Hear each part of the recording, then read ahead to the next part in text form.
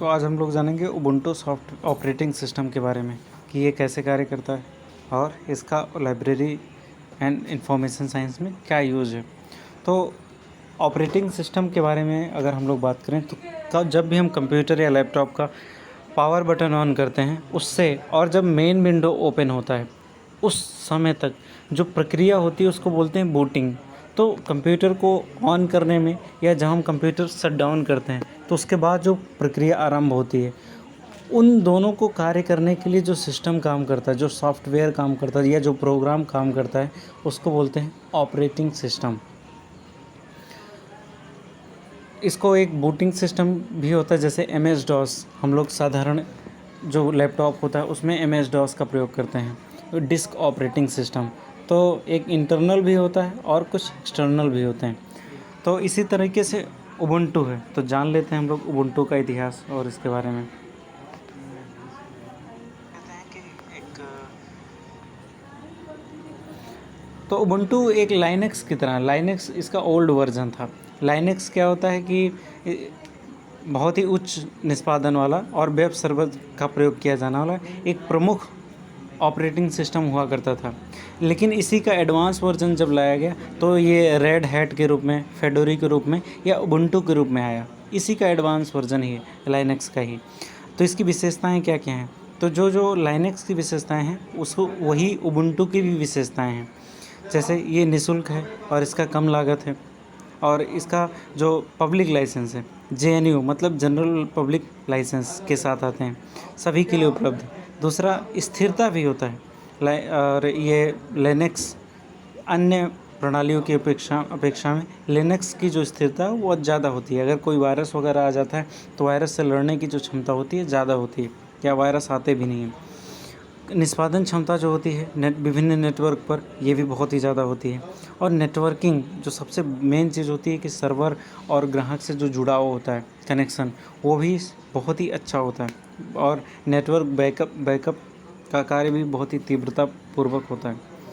और ये उच्च लचीलापन, इसका जो सर्वर होता है उसका जो इसके जो नियम होते हैं, उसके जो मानक होते हैं वो बहुत ही लचीले होते हैं। सभी के लिए अनुकूल है, मुफ्त का है, कोई भी इसको संचालित कर सकता है, कोई भी इसका प्रतिरूप तैयार कर सकता है, ट्रांसफ़र कर सकता है। दूसरा, तीव्र एवं सुगम प्रतिष्ठान में इसका उपयोग किया जा सकता है और हार्ड डिस्क का इसमें बेहतर प्रयोग किया जा सकता है।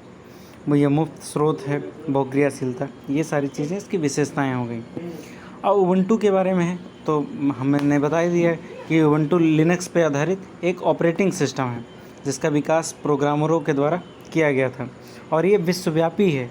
ये किसी एक देश में या किसी एक लाइब्रेरी में प्रयोग नहीं किया जाता, बल्कि पूरी दुनिया में इसका प्रयोग किया जाता है, जो कि ये निःशुल्क है और सभी के लिए मुफ्त है। और इसके जब लाइसेंसिंग के लिए कोई शुल्क देने की ज़रूरत नहीं होती। इसका हम लोग फ्री में डाउनलोड भी कर सकते हैं, प्रयोग भी कर सकते हैं और साझा भी कर सकते हैं। और इसके सभी वर्जन सभी कंप्यूटर में सर्वमान्य होते हैं और इसका संचालन, प्रयोग, परिवर्तन ये सारा जनता के लिए मुफ्त होता है। इसमें कुछ सॉफ्टवेयर भी प्रयोग किए जाते हैं। ये विंडोज़ की तरह ही होता है उबुंटू सॉफ्टवेयर, ज़्यादा अंतर नहीं होता है, हालांकि उसका कुछ नाम अलग होता है। जैसे विंडोज़ में MS ऑफिस होता है तो उबुंटू में क्या होता है, ऑफिस सूट, जिसमें .doc, .xls, .ppt मतलब वर्ड जैसे MS वर्ड होता है विंडोज़ में, ऐसे ही वर्ड प्रोसेसर इसमें होता है। स्प्रेडशीट MS एक्सेल होता है विंडोज़ में, माइक्रोसॉफ्ट विंडोज़ में इसमें स्प्रेडशीट होता है। उसमें प्रेजेंटेशन करने के लिए पावर पॉइंट होता है, इसमें प्रेजेंटेशन के लिए दूसरा सॉफ्टवेयर होता है।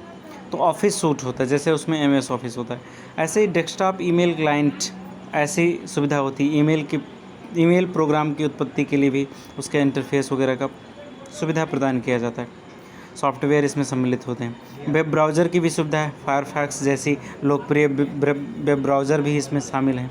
अन्य सॉफ्टवेयर भी इसमें हैं जैसे वीडियोग्राफी, PDF को पढ़ना और अनुप्रयोगों करना, छवियों को संपादित करना, ये सारे कार्य हम लोग कर सकते हैं। अपडेट और बग फिक्स, उबुंटू का जो सॉफ्टवेयर है वो अन्य जैसे विंडोज़ या अन्य किसी भी ऑपरेटिंग सिस्टम की अपेक्षा वायरस से लड़ने में बहुत ही ज़्यादा माहिर है और बहुत ही ज़्यादा सक्रिय है। और उबुंटू को इंस्टॉल करने का भी बहुत ही आसान तरीका होता है कि इसमें हम साधारण तरीके से जिस तरह से इंस्टॉल करते हैं अन्य ऑपरेटिंग सिस्टम को, इसी तरीके से F1 को दबा करके डिफ़ॉल्ट इंस्टॉल कर सकते हैं। और ये बहुत ही साधारण तरीका है। इसका ये तरीका है डिफ़ॉल्ट करने का, पहले हम F1 दबाएंगे, फिर उसमें ढेर सारे ऑप्शंस आएंगे, फिर उसको हम लोग इंटर करेंगे और इस तरीके से हम लोग CD-ROM में जो हमारा उबुंटू सॉफ्टवेयर होता है उसको लगा करके CD-ROM का, तो उसकी जगह पे हम लोग CD-ROM के रूप में जो हमारा पेन ड्राइव होता है या हार्ड डिस्क होता है एक्सटर्नल, उसके प्रयोग से हम लोग ये कर सकते हैं। जिस तरह के से साधारण प्रोग्राम को इंस्टॉल किया जाता है उस तरीके से उबुंटू सॉफ्टवेयर को भी इंस्टॉल किया जा सकता है। इसका बुक में भी मैं दिखा देता हूँ एक बार कि बुक में किस तरह से दिया गया है। जैसे आप ये देख सकते हैं, जब आप उबुंटू को शुरू करेंगे तो आपको इस तरह से दिखाई देगा। फर्स्ट बूट स्क्रीन जब पहली बार शुरू होता है उबुंटू तो इस तरह से दिखाई देता है। MS-DOS भी इसी तरीके से बिल्कुल आपको दिखाई देगा ऑपरेटिंग सिस्टम, और जिस तरीके से हम उसमें इंस्टॉल करते हैं ये भी इंस्टॉल होगा।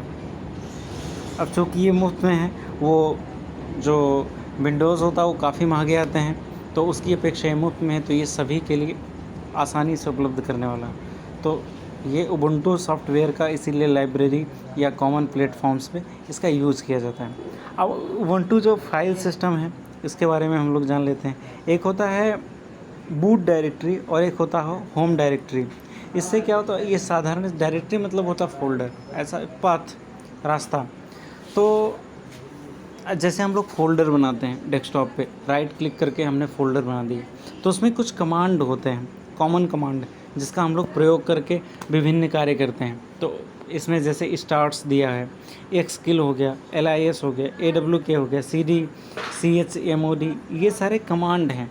उबुंटू जब ऑपरेटिंग सिस्टम ओपन करते हैं तो इन सारे कमांड का प्रयोग करके हम लोग कंप्यूटर को बंद कर सकते हैं।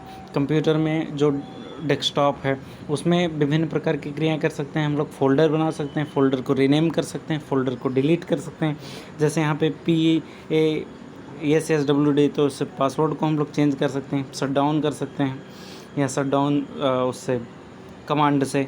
ऐसे है VM स्टेट हो गया, इसके द्वारा हम लोग विभिन्न क्रियाकलाप कर सकते हैं जो इससे होता है। तो ये अलग अलग कमांड होते हैं, जैसे अलग अलग सॉफ्टवेयर्स में जाकर के हम लोग करते हैं। तो ये इसके कमांड्स को देखना हमारे लिए बहुत ज़रूरी है, तो लोग इसको देख सकते हैं, पढ़ सकते हैं। जैसे StartX में बताया गया, if you happen to end up the command prompt without any graphics you can log in and try typing this command to get back to the graphical system. तो इसको आप लोग सारे कमांड्स को पढ़ने की ज़रूरत नहीं है। जैसे कुछ इंपॉर्टेंट कमांड जैसे DEL हो गया, किसी भी फोल्डर को डिलीट करने का, .ren हो गया, किसी भी फोल्डर को रीनेम करने का, और CD हो गया, किसी भी फोल्डर को इंटर करने का, CD, और MD किसी फ़ोल्डर को बनाने के लिए, CD ...